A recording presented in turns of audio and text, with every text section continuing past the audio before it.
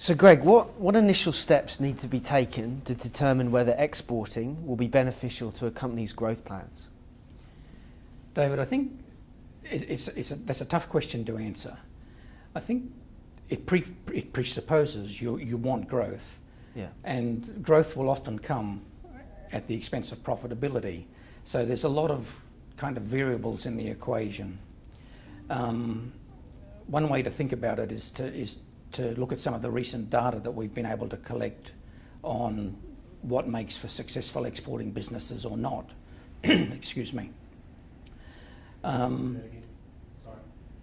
Do you want that in or out? Yeah, I think might be best to do that one down. Yeah. Actually, I'm going to be croaky throughout. Yeah, Do you want some water? Just watch your cable there. Oops. Just keep the water on the floor. Yeah, you're welcome to put her on a chair next to you if you want. Greg, what initial steps need to be taken to determine whether exporting will be beneficial to a company's growth plans? David, it's a challenging question.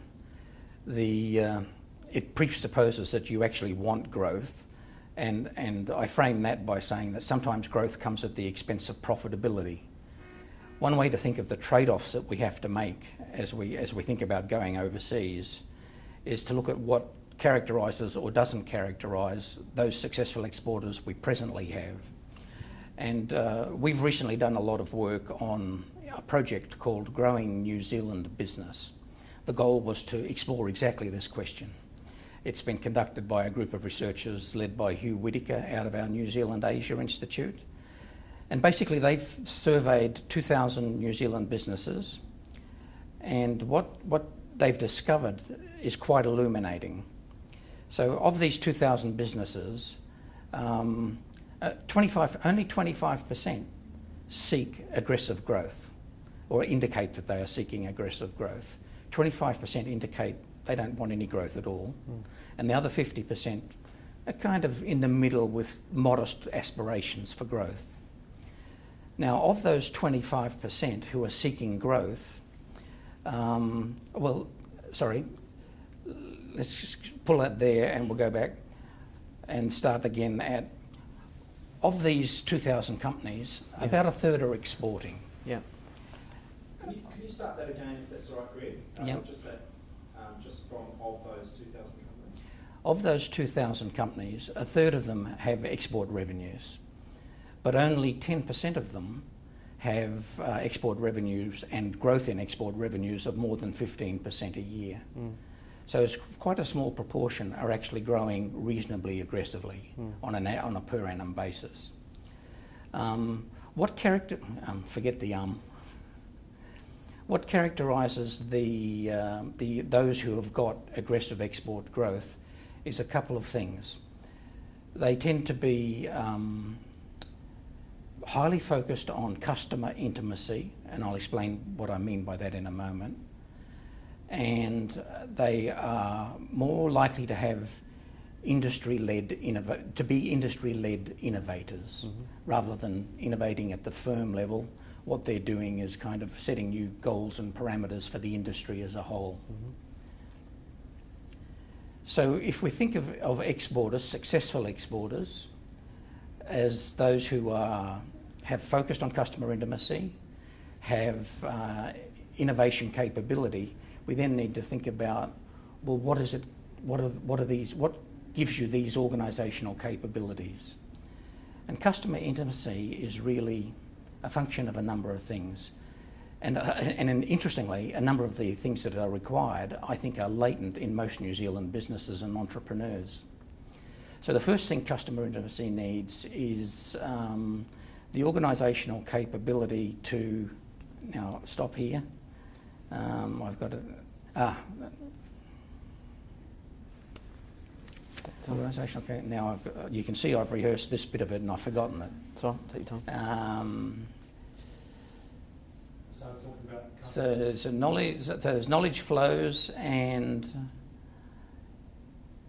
communication and bugger, mental block. Would you mind grabbing me that folder? So Greg, tell me a little about customer intimacy. Any marketer will tell you that customers are everything. And so But for an organisation to be intimate with their customers, to have that level of understanding of their customers' needs, present and future, requires the organisation to have a few things.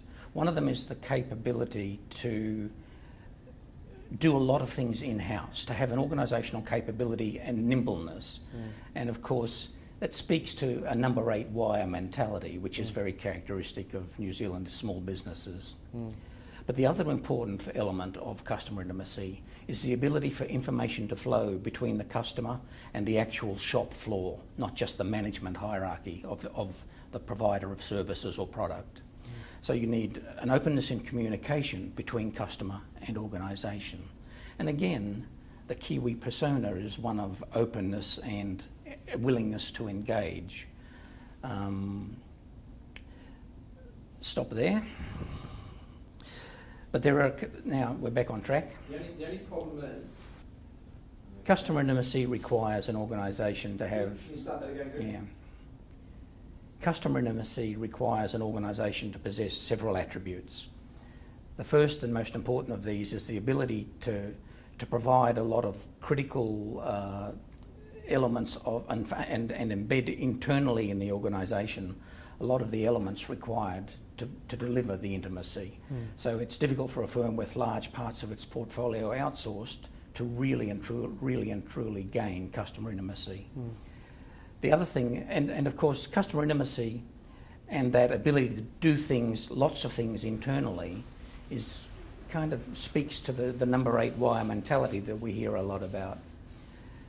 The other side of customer intimacy is really about information and communication flows between customer and the provider of goods or services.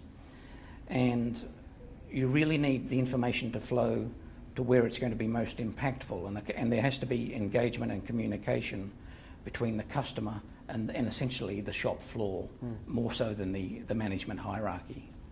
And that speaks to having an openness and a willingness to engage and communicate. And again, that speaks a lot to the personality of New Zealanders. There are a couple of other key attributes that are required to successfully gain customer intimacy. First and foremost is the ability to delegate decisions. You want local decision-making power, not centralised decision-making power, because if the information, you need the decisions to reside where the information resides. And frankly, the information about your customer is not always embedded in Timaru in New Zealand if you're doing business in Shanghai. You need to be able to discriminate. I mean that in a productive way. Not every customer is equally valuable, and you need to be most intimate with those who are going to offer you the greatest lifetime customer value. And so you need to be able to identify lifetime customer value or potential. And finally, alongside lifetime customer value is the ability to, I'm going to have to hold it there. The last one was, so I'll go back and start with the last 3 points, which is the ability to delegate decision making. Sure. David? Yeah, you set up? Yeah. Okay. Just jump in. Yep. Intimacy also requires that you're able to delegate decision making. And for lots of owner-managers of small and medium-sized enterprises, that's particularly challenging. But the reality is you need your decision-making power to reside where the information is. And frankly, if you're dealing with a customer in Shanghai and your head office is in Timaru, then you can't be making the decisions in Timaru. Intimacy requires, in addition, the ability to be able to discriminate between those customers who are likely to offer you greater lifetime value and those who are not. So you need to understand where the most intense level of relationship building is required. And finally, we need to be able to, I'm stumbling on it again. Right. Strategic customers. We need to be able to identify which of these So back to delegation of decision making. Do you mind if I get you to sit? Yep, that's it. That's even just totally straight. I know that sounds funny, but with the yeah. shoulders. And do you mind just strapping your tie for me? Thanks, mate. That's great. All yours, thank you. Customer intimacy also requires the ability to delegate decision making. It's really important that the decision making resides where the information sits. And if your head office is in Timaru and you're doing business with customers in Shanghai, the reality is most of the information's in Shanghai. And so that's often a real hurdle that owner managers and successful entrepreneurs have to bridge to be successful. Intimacy also requires the ability to discriminate between those customers who are going to offer the greatest lifetime value and those who are not. You obviously want to be more intimate with the former rather than the latter. And finally, intimacy requires that once you've identified your customer set, you actually need to know who's the most strategic of those customers. And I mean that in the sense of who is going to reduce most quickly the liability of foreignness. Who's that customer? If you can bring them into your portfolio, removes uncertainty for others to follow suit. And that actually speaks, identifying those strategic customers actually speaks to having local knowledge, and again, that's related to the delegation of decision making to where the decisions need to occur at the point of customer interface. So let me bring you, because this is an interesting point, delegation of power.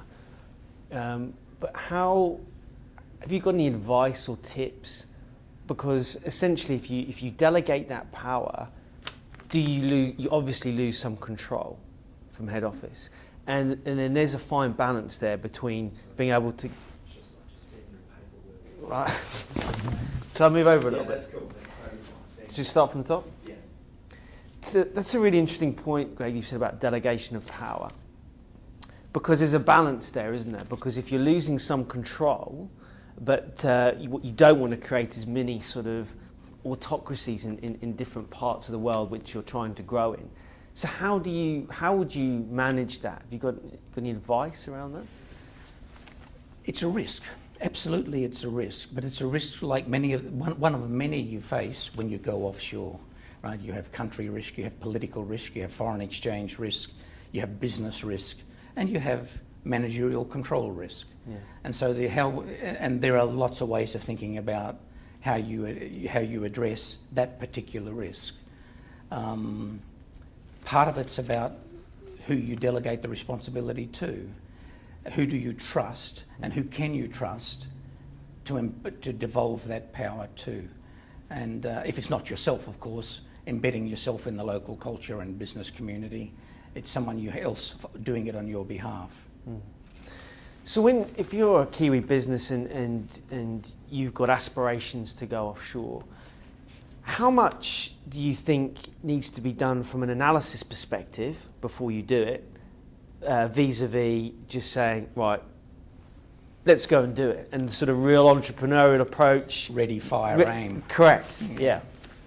I don't think there's a right answer to that question. I think you'd be naive to go into any new market without having done some due diligence. And there are plenty of places to help you do that kind of due diligence. Any of the large service providers would offer those services. The government and its economic development agencies offer those services. I don't see why you wouldn't take what's available. But I don't know whether that's necessary and sufficient, but it would be the minimum you would want to start with. Okay. So you talked about different risks. Obviously, particularly for exporters, the foreign currency, that's a risk. Have you got any tips or advice on how you might manage that, particularly given the volatility of the New Zealand dollar? I suspect those who are doing this business probably know a great deal more about it than I do. But from the little I do know about foreign exchange, as I understand it, the best way to minimise that risk is to have your revenues and your costs in the same currency. Now, if they're both in local currencies, the only problem then is, can you repatriate profits, assuming there are profits to be repatriated. In the absence of being able to do a natural hedge, then I suspect that most successful entrepreneurs and exporters probably take out hedges, the hedge risk strategies that most of the banks and institutions can presently provide. I mean, going abroad is risky and hard enough without having to worry about yet another thing, which frankly isn't necessarily your core capability.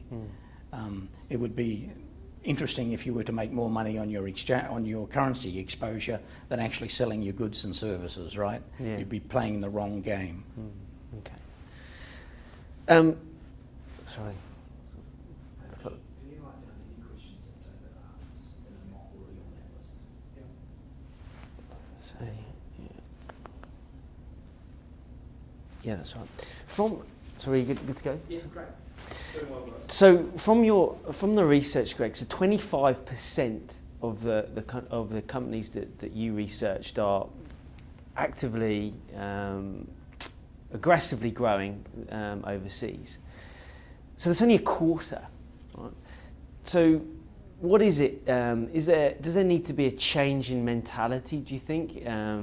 Sort of Kiwi businesses, do they need to change their approach? I mean, there's been very much I grow my business in New Zealand, I sell it to someone, and I retire. But obviously we're trying to make more of these businesses successful overseas. So how much of it is a psychological thing and a sort of a mindset, and does that need to change? I think there is there is a mindset issue here, the so-called 3 Bs. But there's another, I think, much more important consideration at play. When we look at those companies that are successful exporters and high growth, they tend to be younger.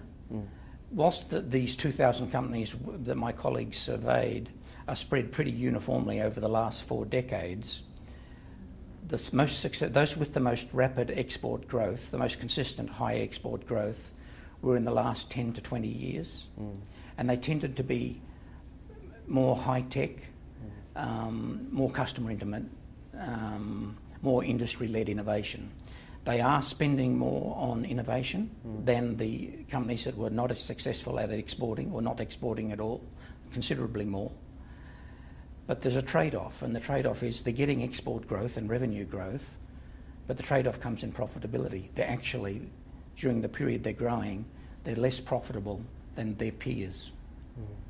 So it's the younger companies, the sort of technology-based companies that you've seen have sort of managed to get this. But obviously, you said there's a trade-off between profit and growth. Is there any other particular industries that you've seen in your research that are successfully doing it overseas? Look, I think it's not just manufacturing and high-tech companies that are growing overseas. The service providers are growing successfully as well. But those companies, the high-tech manufacturers, were more frequently represented at the high end of the export growth than the moderate export growth. So it is possible that you could be a major service provider and still have significant growth opportunities, provided you're an industry innovator. Okay. And we talked a little bit, well, you mentioned this a bit before around some of the advice networks that you can get to trade and enterprise. Are there other organisations out there that you would recommend or provide really good advice when you're making that jump from becoming a New Zealand business and going overseas? I don't know whether there are organisations so much as individuals and opportunities. And let me try to explain what I mean by that. Stephen Joyce is urging us to grow export education. And as I sit in my role as Dean of a business school with a large number of, for example, Chinese nationals who are early career but have successfully been working in businesses across Southeast Asia, taking time out of those Chinese organisations to come and live and work in live and study in New Zealand, I can't help but think New Zealand is missing a golden opportunity here. I was talking to one of my colleagues yesterday, and he observed to me that one of our students, one of our master's students, had been retained as a negotiator for Chinese investors in New Zealand. And she was sitting at the table with 3 Chinese businesses and a New Zealand business, and she was doing the translation. This Chinese student, who's been here with us now almost 2 years, made the observation to my colleague that she couldn't help but feel that the New Zealander wasn't getting a very good deal and was somewhat naive. And I thought, why wouldn't the New Zealand business person retain the same kind of skilled resource and use the opportunity that's already there across every university in the country to tap into some of that talent and say, there are skills and capabilities located here in New Zealand who might help me in my pursuit of offshore growth, whether it's be South America, Czechoslovakia, Malaysia, Indonesia, or China. Because we have students from all of those places there. And these are not undergraduate students. They're people with some, moderately grey hair. Yeah. Okay. So you're in a changing, very interesting sector when it comes to export-led growth. What is the education sector doing to grow overseas in New Zealand? When you indicated to me you wanted to have a conversation about this topic, I thought to myself, well, my trouble, I'm not sure I'm the best person to do this, because we are an export business, but we're an export business with many of the risks that genuine exporters face not present for us. Because even though we're called we have an export education business, the reality is those export dollars and those are generated here in situ. So yes, international students our customers come to us. We don't have to go to our customer. We do business here, not offshore, although that's clearly a possibility.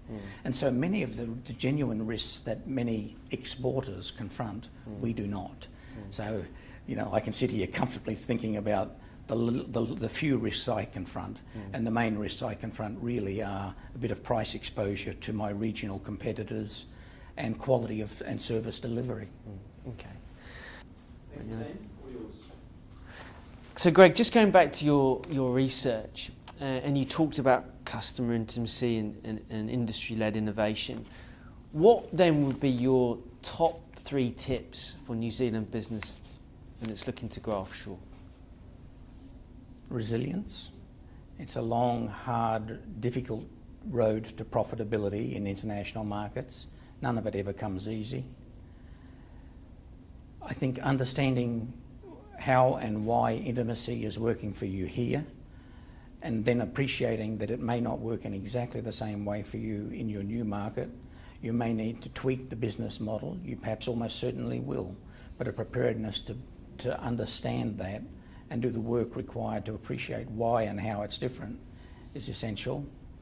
And finally, perhaps the hardest part of all, someone in the executive team needs to spend more time out of New Zealand than in New Zealand.